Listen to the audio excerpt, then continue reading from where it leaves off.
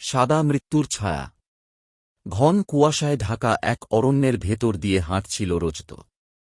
চারদিকে শুধু শুকনো ডালপালার ভাঙার শব্দ, আর মাঝে মাঝে হাওয়ার শীষ।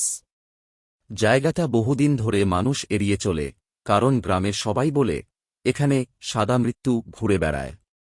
রজত এসব গুজব বিশ্বাস করত না, কিন্তু হঠাৎই সে বুঝতে পারল তার পেছনে যেন কারও নিঃশ্বাস পড়ছে। ঘাড় ঘুরিয়ে তাকাতেই দেখল দূরে এক সাদা পোশাকের লম্বা ছায়া। কঙ্কালসার মুখ, খালি চোখের গর্ত, আর চুলের মতো সাদা ধোঁয়া উঠছে বাতাসে। সে এগিয়ে আসছে। প্রতিটি পদক্ষেপে মাটি জমে যাচ্ছে বরফের মতো ঠান্ডায়। রজতের শরীর অবশ হয়ে গেল। তার মনে হল ওটা যেন মাটিতে পা রাখছে না, ভেসে আসছে। কাছে এসে এক অদ্ভুত ফিসফিসানি শোনা গেল।